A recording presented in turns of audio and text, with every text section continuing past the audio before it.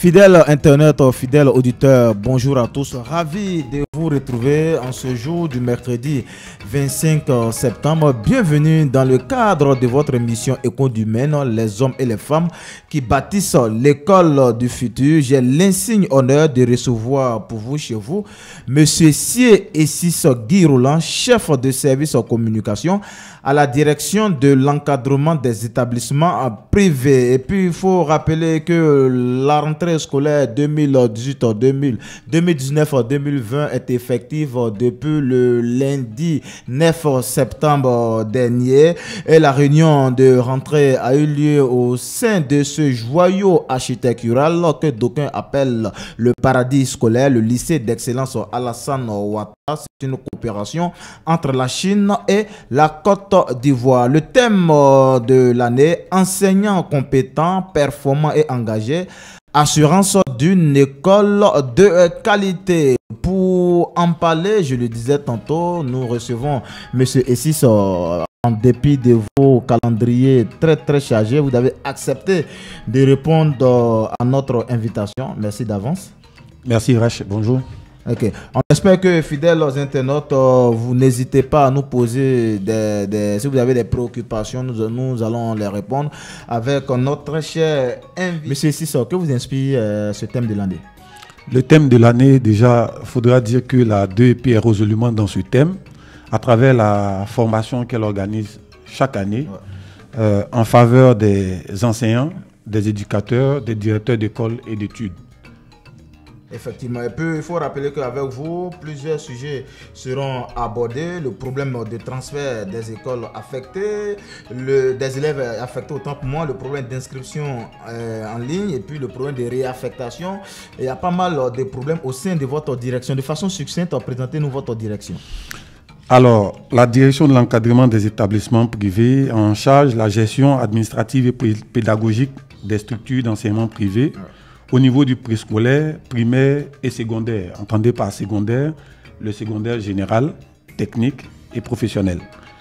Elle a en charge également la promotion de la qualité de l'enseignement dans les établissements privés, la gestion de la concession au privé du service public de l'enseignement par la délivrance de l'autorisation de création, d'ouverture, d'homologation et d'extension des établissements privés.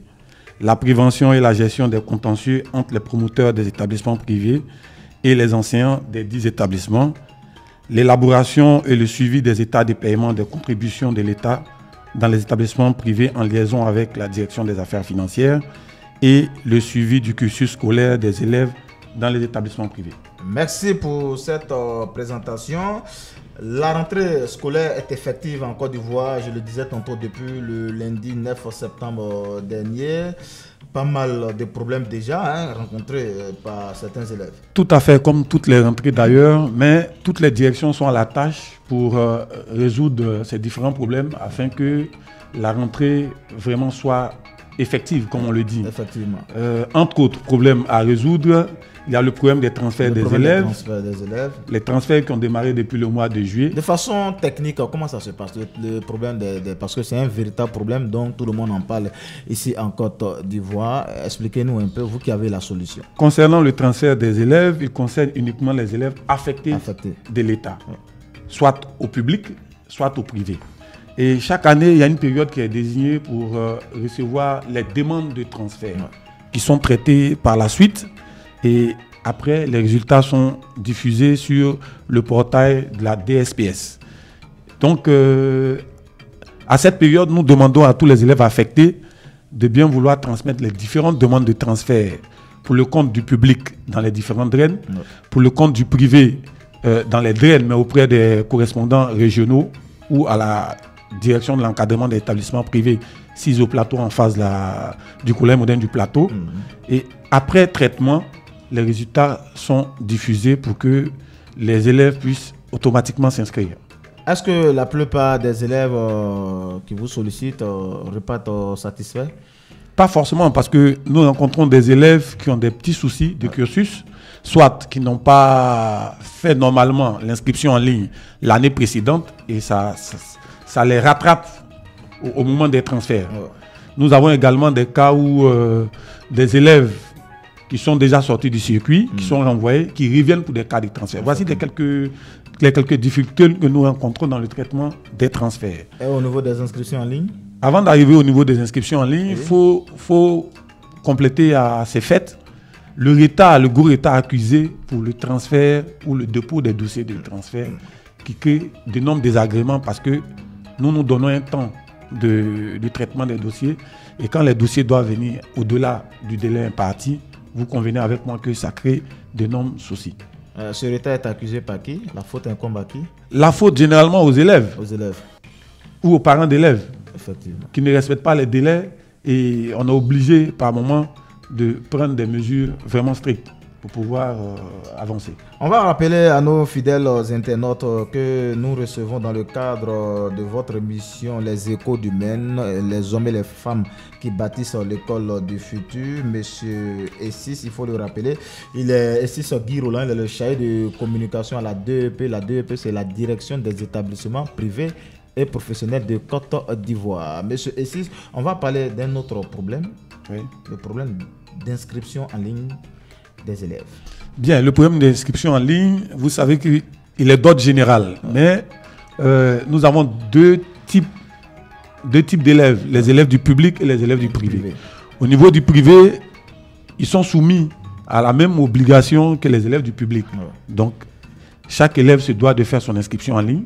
Au niveau du privé, s'élève à 3 000 francs. Voilà, 3 000 francs. Le public, c'est 6 000 et au privé, c'est 3 000. Selon la clé de répartition. Voilà. Selon la clé de répartition, au public, 1 000 francs CFA. Au privé, c'est 3 000 francs CFA. Et au public, c'est 6 000. C'est 6 000 francs. Mais de façon récurrente, les informations qui nous parviennent, arriver dans des établissements, ces prix ne sont pas homologués par tous. Non, les frais d'inscription, les prix sont fixes. Ils ne changent pas. Voilà. Mais est-ce qu'il y a des chefs d'établissement qui ne vont pas au-delà de ces prix? Non, les inscriptions en ligne, les prix sont vraiment fixes. Il suffit simplement, à travers un opérateur GSM, d'entrer la syntaxe et vous vous inscrivez simplement. Effectivement. Maintenant, il y a un autre problème. Il y a pas mal de problèmes. Quand la rentrée, en pleine rentrée scolaire, au sein de votre direction, vous êtes beaucoup sollicité. On vous voit bouger. Il y a le problème de réaffectation. Les problèmes de réaffectation relèvent de la direction de l'orientation et des bourses. Mais vous travaillez de pair. Tout à fait. Tout à fait. Ce que je voudrais dire concernant les réaffectations, au même titre que les transferts, il y a des périodes qui sont imparties après la proclamation des résultats pour les réclamations, les demandes de réclamation et les demandes de réaffectation, les demandes de réorientation. Tout ceci en une semaine. Généralement, la période qui est impartie, c'est une semaine. Sur une semaine pour recueillir les réclamations. Après quoi, les traitements sont faits dans les directions, dans les DCO, qui sont les centres d'orientation. Et après, il y a le résultat qui est mis directement en ligne sur la plateforme de la direction de l'orientation et des bourses. Et surtout que nous avons certains parents qui ne respectent pas ces délais, notamment qui ne font pas les demandes de réaffectation, de réorientation, qui attendent à la rentrée, qui sont pratiquement surpris de l'orientation des enfants et qui veulent en ce moment changer d'établissement. Vous voyez que ça devient compliqué. Ça devient compliqué. Voilà. Ok, le thème de cette année, enseignants compétents, on parle de la performance des enseignants du privé. Disons-le clairement, c'est quand même difficile. Il y a des enseignants qui ne sont pas outillés, ceux qui ne sont pas mieux formés, j'allais même dire bien formés pour pouvoir encadrer ces élèves. Est-ce que vous y remédiez à cela? Depuis 7 ans, la direction de l'encadrement des établissements privés exige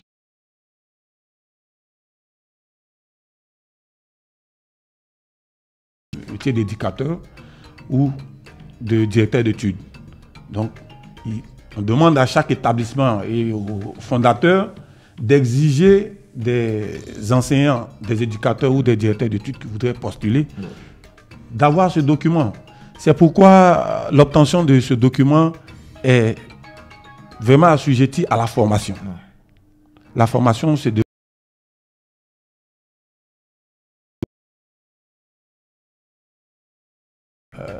5000 postulants, vous voyez que c'est beaucoup. Effectivement, c'est Pour beaucoup. bien faire les choses, la direction de l'encadrement des établissements privés en partenariat avec la DPFC a éclaté ces formations. Donc, il y a eu des postulants qui ont été formés à Yamoussoukro, d'autres à Bouaké et certains d'autres à Daloa, sans compter ceux d'Abidjan. Est-ce qu'il y a un suivi qui est fait de façon véritable? Oui, effectivement. Après la formation des différents postulants qui reçoivent une décision d'autorisation d'enseigner, d'être éducateur ou d'être directeur d'études ou d'école, on leur demande de rentrer en contact avec la DPFC qui a des structures en région pour le suivi. Parce que c'est vrai, en un mois ou en 2 semaines, on ne peut pas donner tous les outils nécessaires à un enseignant, mais on donne les rudiments et à eux d'aller dans les différentes directions où nous avons des centres de formation continue pour continuer cette formation. Parce qu'il y a un véritable problème, il faudrait qu'on en parle. Il y a des élèves qui ne sont pas suffisamment bien formés, il y a des professeurs, des enseignants du privé, comme on le constate souvent, qui ne sont pas outillés. Moi, je vous dis, est-ce que vous quittez votre bureau pour prendre votre bâton de pèlerin avec votre directrice pour aller sillonner un peu quelques établissements? Et cela m'amène à vous poser encore la question, est-ce qu'il y a des établissements qui sont autorisés ou il y a des établissements qui ne sont pas autorisés à fonctionner? Bien évidemment, quand on parle d'établissements privés autorisés, c'est ceux qui ont l'autorisation de fonctionner. Ceux qui n'ont pas d'autorisation de fonctionner sont des établissements clandestins. Qui dit clandestin dit que ce sont des établissements qui ne respectent pas les normes. Et ces établissements, dès lors que la direction les découvre, procède à leur fermeture pure et simple. Okay. De nos jours, oui.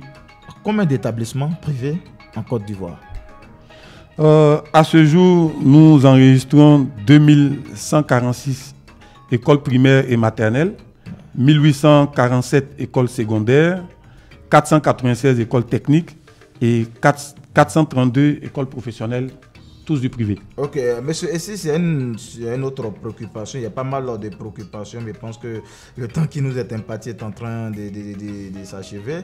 Le problème en ligne, on n'a pas de la réaffectation de ces élèves. Maintenant, il y a un problème majeur qui est là. Aujourd'hui, quand les examens de fin d'année approchent, surtout les élèves du privé, ils en souffrent terriblement parce que là, la constitution même des dossiers pose problème. À chaque fin d'année, on les voit envahir même le ministère de l'Éducation nationale, plus précisément la DSPS. Qu'est-ce qui est fait à ce niveau? Bien, vous savez que le ministère est structuré en direction et chaque direction a son rôle à jouer. Effectivement.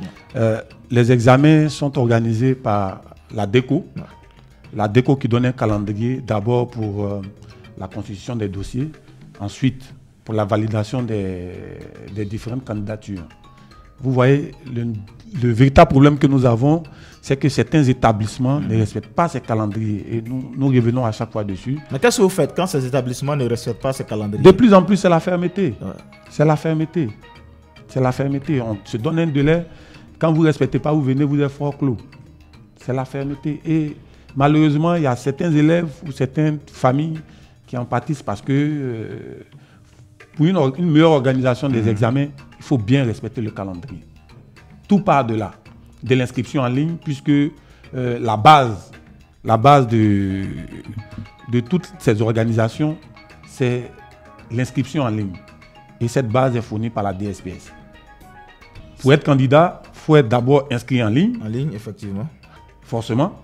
Si vous n'êtes pas inscrit en ligne, vous ne pouvez pas prétendre être candidat. Donc tout est enchaîné. L'inscription en ligne, ensuite le dossier de candidature et après... C'est tout un processus. Tout un processus. Il faut rappeler que nous sommes toujours avec M. Essis. On a parlé du problème de transfert des élèves affectés, le problème d'inscription en ligne, le problème de réaffectation. On aura appris de sources concordantes. Les fondateurs des établissements privés ont décidé de rentrer en grève concernant les frais de décollage qui n'ont pas été payés par l'État. Où nous en sommes? Bien, une rencontre a eu lieu le vendredi 5 septembre, si ma mémoire est bonne, avec le fondateur. Et j'ai eu l'assurance que cela allait être fait. Mais il faudra préciser que c'est en 2 volets. Le ministère de l'Éducation nationale, de l'enseignement technique et de la formation professionnelle a sa part à jouer, qui est de d'abord vérifier l'effectivité des élèves dans les différents établissements et d'émettre les décisions de paiement. Tout ceci a été fait et transmis. Donc, si on veut bien voir, le problème n'est plus au ministère de l'Éducation nationale, de l'enseignement technique et de la formation professionnelle. Je vous comprends parfaitement. Je vous comprends parfaitement. Et si c'est, on ne pourra pas... C'est vrai, le temps, logiquement, est tellement court, mais c'est compte tenu des exigences. Tout à fait. Et c'est ça. Que doit-on retenir? Il y a pas mal de problèmes concernant votre département parce que vous bougez beaucoup quand l'année s'ouvre. Vous êtes beaucoup sollicité. Que doit-on retenir aujourd'hui de votre passage dans ce studio? Bien, aujourd'hui, c'est pratiquement un appel qu'on lance aux parents d'élèves, aux élèves eux-mêmes. Parce que la scolarisation d'un enfant, ce n'est pas à la rentrée scolaire. Malheureusement, nous avons des parents qui se réveillent de leur sommeil à la veille de la rentrée scolaire. Disons-le clairement, il y a des parents qui sont tout le temps surpris. Ils sont tout le temps surpris, voilà. Or, ce n'est pas à la rentrée qu'on va venir maintenant chercher où son enfant est orienté, quelle est la démarche à suivre pour la scolarisation de l'enfant. C'est depuis les vacances, déjà par le retrait des bulletins, savoir le suivi de l'enfant même au cours de l'année. Ensuite, le retrait de l'enfant pour savoir s'il part en classe supérieure ou pas, prendre les dispositions idoines pour que déjà à la rentrée, tout le monde soit prêt. C'est ce qui fait que nous traînons encore les pas quand même la date de la rentrée est fixée. Parce que les parents, justement, ne suivent pas les différents calendriers. On a l'impression qu'ils abandonnent les enfants aux écoles et à la rentrée, ils sont surpris de voir, par exemple, que l'enfant reprend sa classe et quelle est la démarche à suivre. Pour une anecdote, nous avons rencontré un parent d'élève, pas plus tard qu'hier. C'est hier qu'il a su que sa fille reprenait sa classe. Et c'est hier qu'il s'est décidé à faire le transfert de sa fille. Or, la période des transferts est bouclée. Il y a une démission de la part aussi de certains parents. C'est vraiment un appel qu'on lance aux parents d'élèves de jouer leur rôle des parents. Le ministère essaie de jouer son rôle. Chacun jouera sa partition. Pour que nous allions de l'avant. Ok. Merci beaucoup, M. Sié Essis Guy Roland, chef de service en communication à la direction de l'encadrement des établissements privés. Nous le recevions dans le cadre de notre émission Les échos du ministère, les hommes et les femmes qui bâtissent l'école du futur. Je vous rappelle que le thème de l'année, enseignants compétents, performants et engagés, assurance d'une école de qualité. J'ai été très ravi, très ému de vous présenter ce numéro. On se dit à la semaine prochaine. D'ici là, portez-vous bien. Vive l'école ivoirienne. Merci d'être sur la fréquence qui avance. La voix de la diaspora. Téléchargez nos applications iPhone, Android et Google Play. Retrouvez-nous sur la live radio de Orange et sur la Freebox. La voix de la diaspora.